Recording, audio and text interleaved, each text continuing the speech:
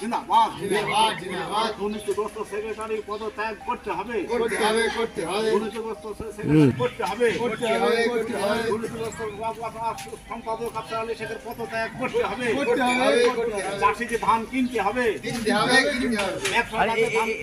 চলবে না চলবে না।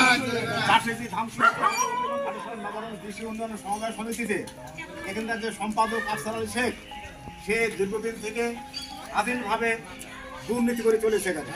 এই দুর্নীতি করে এখানে লোকাল যারা চাষি যারা কৃষক তাদের ধান প্রতি বছরে কেনে, কোনো বছরে 3400 কুইন্টাল, কোনো বছরে 3500 কুইন্টাল, এবং সেই ধান আমাদের এইখানে ঘাটেশ্বর প্রাইমারি স্কুলে কেনা হয়।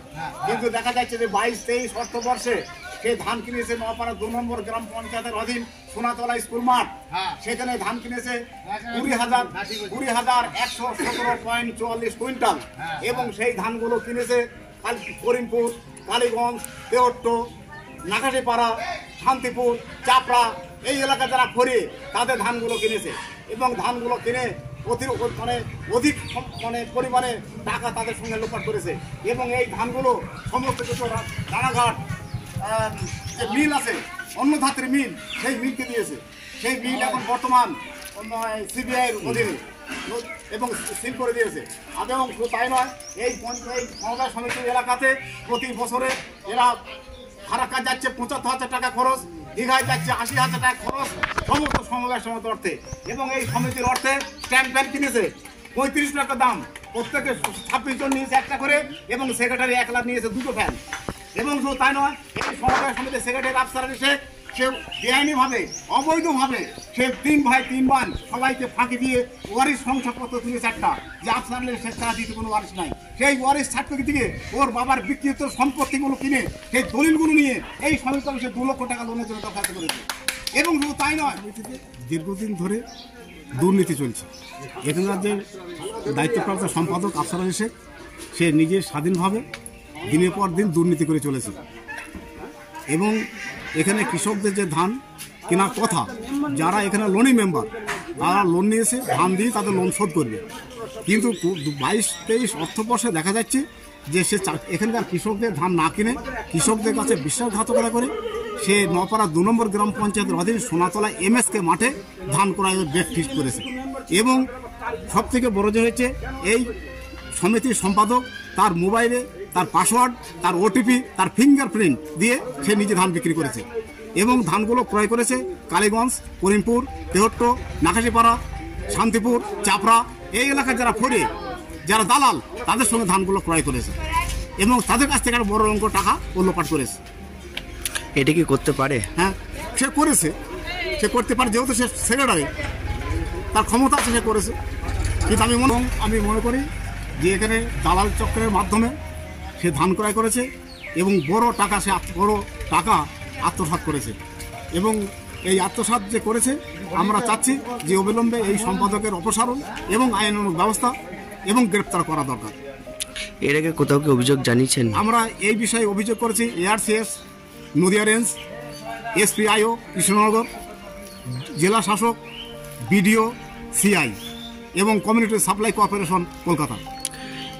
কেন এখনো পর্যন্ত ব্যবস্থা নেয়নি?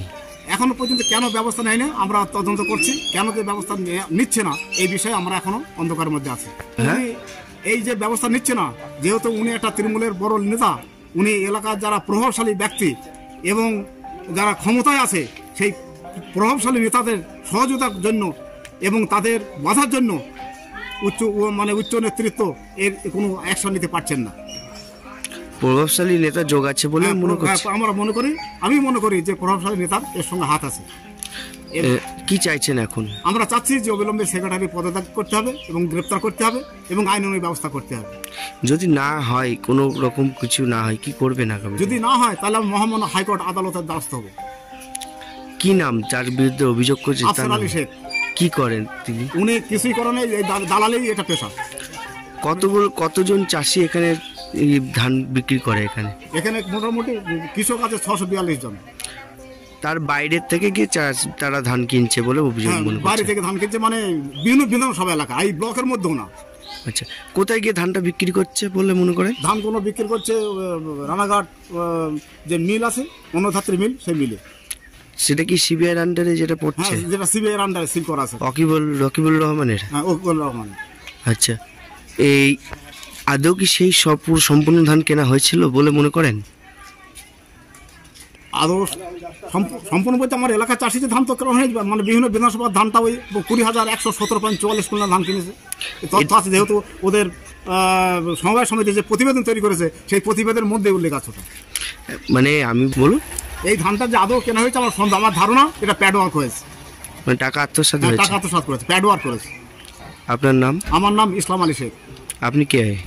আমি এই সমিতির একজন সাধারণ সদস্য এবং পঞ্চায়েতের এক্স সচিব এবং এক্স প্রধান। তেনারা এর আগে স্বজন পোষণ করে সমবায় সমিতি তছরূপ করে অনেক কিছু করেছেন। আমরা সেইটাকে শুধুমাত্র প্রতিরোধ করছি এবং সেই প্রতিরোধ করতে গিয়ে এই বিভিন্ন রকমভাবে অপপ্রচার আমাদের নামে করছে। একটা অভিযোগ আছে যে আপনি যে কৃষকরা ধান বিক্রি করতে পারছে না সেখানে। কোনো কৃষক কি আপনাদের কাছে কোনো অভিযোগ করেছে? আমার মনে হয় কোনো কৃষক আজ পর্যন্ত আমাদের কাছেও জানায়নি। সেখানকারই কৃষক বলেছে যে তারা এখানে ধান বিক্রি করতে পারে না, তাদেরকে অন্যত্র ধান বিক্রি করতে হয়, যেহেতু এখানে ধান বিক্রি করার জায়গা আছে।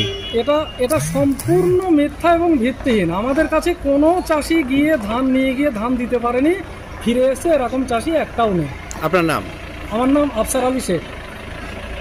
আপনি বর্তমানে কি পদে আছেন? বর্তমানে আমি নবারণ কৃষি উন্নয়ন সমবায় সমিতির সম্পাদক পদে আছি। আমাদের অভিযোগ হচ্ছে এই সমবায় সমিতি যে সরকারের যে ঘোষণা, সেই ঘোষণা অনুযায়ী ধান প্রকৃত চাষিদের কাছ থেকে কেনে না।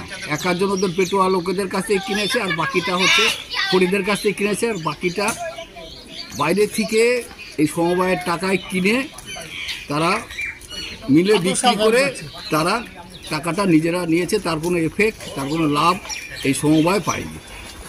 এখানে ধান বিক্রি করতে পারেনি প্রকৃত যারা চাষি। হ্যাঁ, প্রকৃত যারা চাষি তারা এখানে ধান বিক্রি করতে পারে, মানে এখানকার যারা চাষি তারা এখানে ধান বিক্রি করতে পারে বেশিরভাগ। আর যেটা এরা এখানে যেটুকু কিনেছে আনুষ্ঠানিকভাবে দেখিয়েছে সেটা হচ্ছে পড়ে দেন। তাহলে এখানকার চাষিরা বাকি ধান কোথায় বিক্রি করলো, কত টাকাই বা লাভ পেল মনে করছেন? তারা তো এখন তো ধানের দাম নেই, এখানে বিক্রি করেই লাভ হচ্ছে না, আর অন্য জায়গায় বিক্রি করে তো লাভ হয়ই না। ন্যায্য মূল্য তারা পাচ্ছে না। ন্যায্য মূল্য তো পায় না। আপনার নাম? আমার নাম নকুল বিশ্বাস। আপনি কে? আমি চাষি এবং এই সমবায় সমিতির সদস্য এবং